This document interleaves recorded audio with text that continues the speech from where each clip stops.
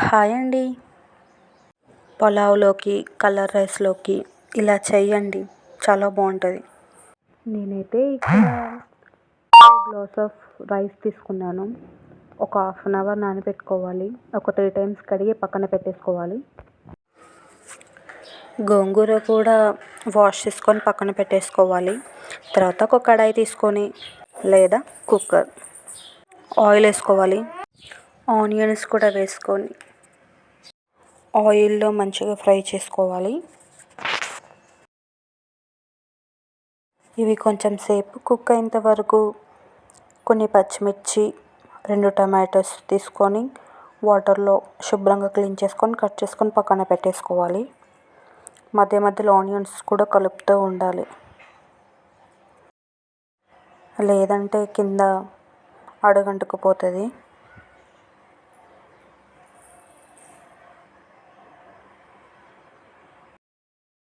ఇదంతా లో ఫ్లేమ్లోనే చేసుకోవాలి.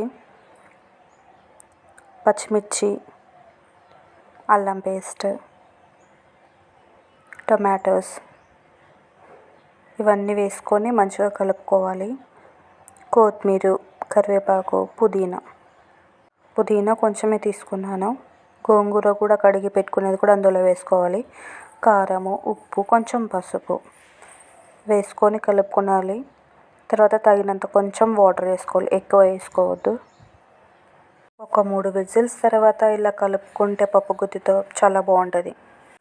పులావ్ ప్రాసెస్ చూద్దాం. ఇంకా కుక్కర్లో ఆయిల్ వేసుకొని కొన్ని పచ్చిమిర్చి, ఆనియన్స్, ఒక టమాటో, అల్లం పేస్ట్ వేసుకొని మంచిగా ఫ్రై చేసుకోవాలి. 2 గ్లాసుల వాటర్ కాబట్టి నేను కూడా 2 గ్లాసుల వాటర్ తీసుకుంటాను. పుదీనా, కొత్తిమీర, కరివేపాకు మంచిగా మసులుతున్నప్పుడు ధనియాల పొడి వేసుకోవాలి. ఇప్పుడు రైస్ వేసేసుకుందాం. Salt,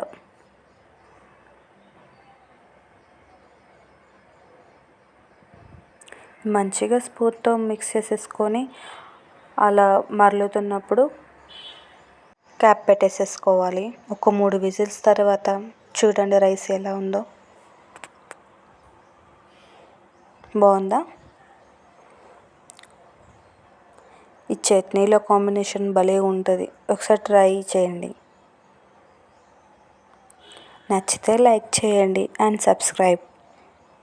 thank you.